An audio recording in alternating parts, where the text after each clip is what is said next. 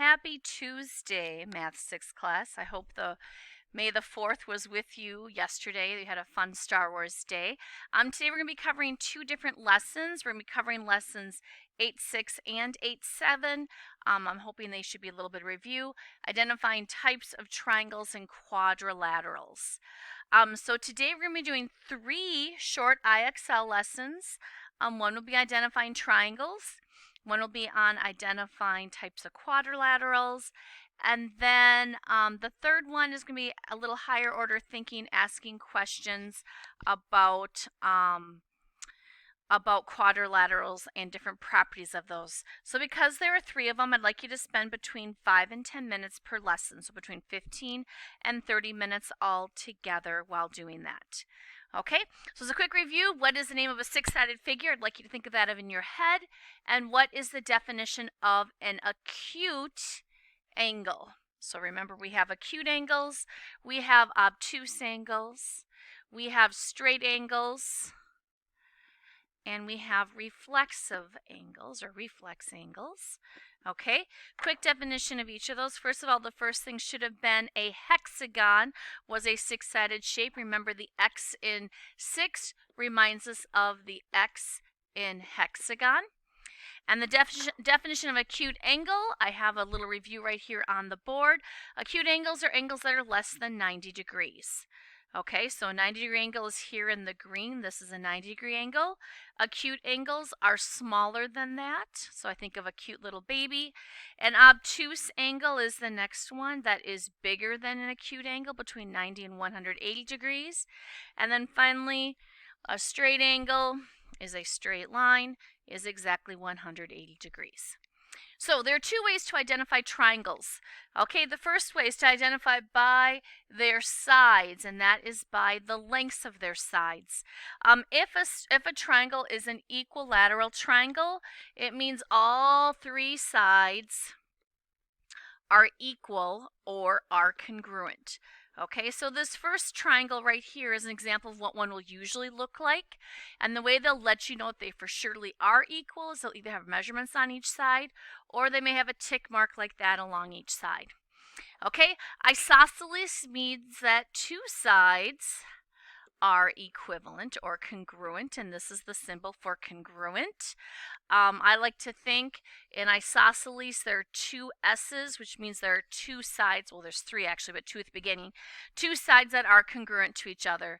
So this second triangle right here, I'm going to shade it in yellow right here, or maybe not because here we go. I'm going to shade in yellow. Once again, will probably tell me with two tick marks like that. And then scalene means that there are no congruent sides. Okay, so usually you can tell by the numbers, or they may have one tick mark on one side, two on another, and three on the other. You can also look, identify them by their angles. You want to make sure that you look at the biggest angle found within that triangle. So if they are all acute angles, it's going to be an acute triangle. If it's going to be a right triangle, it means that one of those angles is going to have a right angle in it like this. And if it's an obtuse triangle, it means the biggest angle is going to be an obtuse angle. It might look something like that right there. Okay, so once again, that first one, by their sides. A scalene triangle has no congruent sides. An equilateral triangle has all equal sides. Notice that there are three tick marks right here. An equilateral triangle is also going to have all three angles the same length. And then the third type is an isosceles triangle. We have two sides that are congruent. Okay, by the angles, once again, a little review. Right triangle is going to have a right angle in it. An obtuse triangle is going to have that obtuse angle in it. An acute triangle is going to have all three acute angles within it as you're looking at it. All right, your angles are always going to up to 180 degrees. We'll be talking more about that tomorrow. So if we looked at this first triangle right here, I'm noticing I've got two sides are the same. So I'm thinking in my head, two sides the same as an isosceles triangle. The second one, this right angle right here, is going to tell me that it is a right triangle. The third one, I've got three sides that all are equal. So that is an equilateral triangle. And the fourth one would be a right triangle. Okay, now looking at this shape, identify the different types of triangles in the figure and determine how many of each kind are there. So you'll notice that each vertex right here has a letter in it. When we are naming our triangles, we're going to put the triangle symbol, and then we're going to put the 3 letters that represent the vertex after it. Okay, so I could do triangle A, B, C if I wanted to. As I'm looking at this triangle is A, B, C. I'm not sure what happened to my highlighter. Here we go. A, B, C like this. It appears to be equilateral, but because I do not have proof that AC is the same length as the other two, this would be considered an isosceles triangle. Okay, if I looked at triangle B, D, C, like this right here, triangle BDC, that appears to have all 3 sides different lengths, so that would be a scalene triangle. I could also notice that it also has a right angle, so it is also a right triangle also. Okay, the same thing would be with triangle, the one right next to it, triangle ABD would also be scalene and right. I forgot with this first triangle up here, triangle ABC, that first one would also be an acute triangle because they have all acute angles. If I looked at this bottom triangle right here, triangle ACE like this right here, triangle ACE. It appears that angle E is an obtuse angle, so I could say it is an obtuse triangle. I could also say, I could also look at the sides. It looks like it's an isosceles, but unless we have those tick marks, we can't assume anything. So we would say it would be scalene also. Okay, so you can look at the lengths of the sides. If we looked at this one, sides 7, 8, and 12, they're all different. So once again, that is scalene. Looking at my angles, I've got a 90-degree angle, so that would be a right triangle.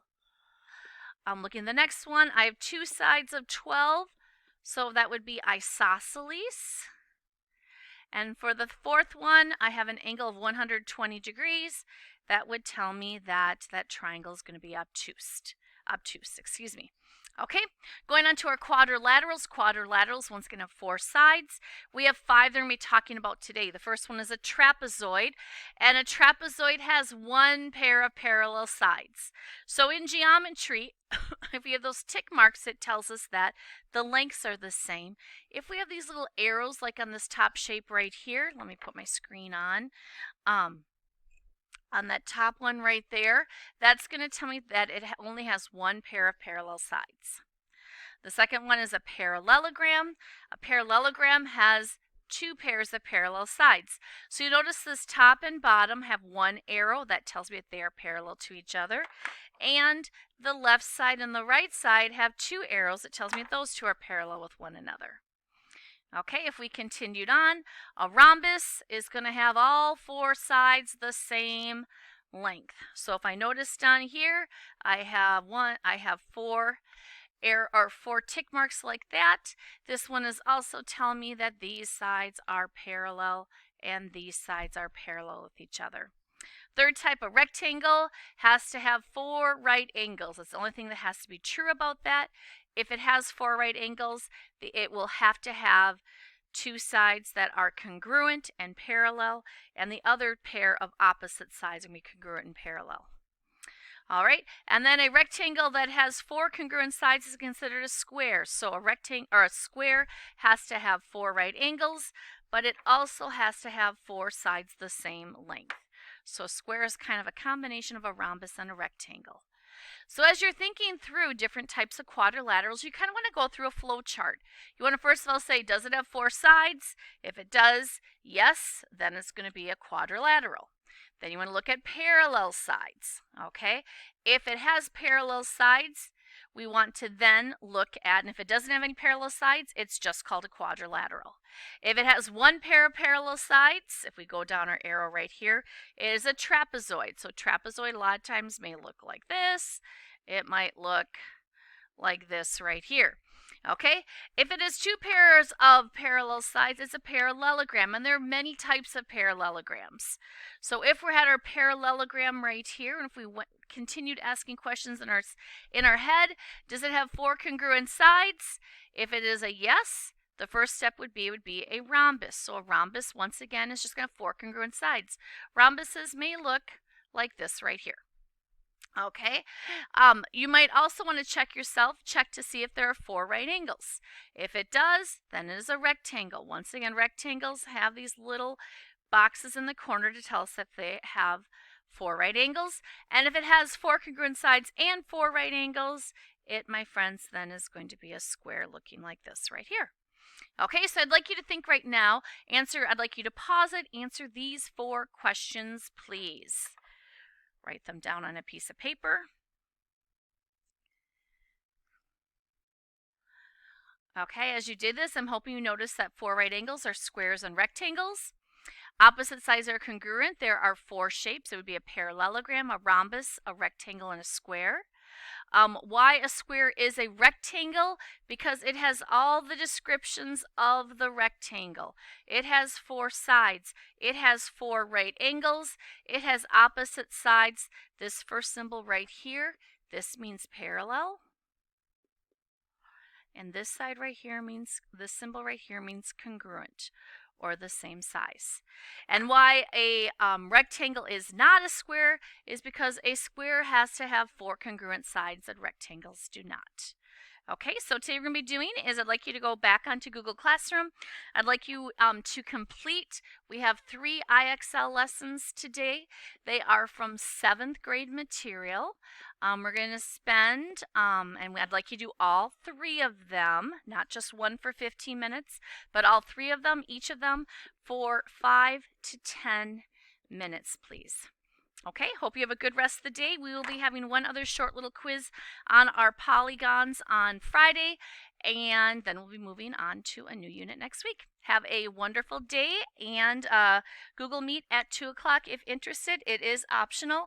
If you do plan to come, please mark it on the form, and I will open up the Google Meet. If no one says that they're interested, I will not be opening it up. And once again, you log on by looking on the banner for our classroom. All right, have a good day, guys. See you later. Bye.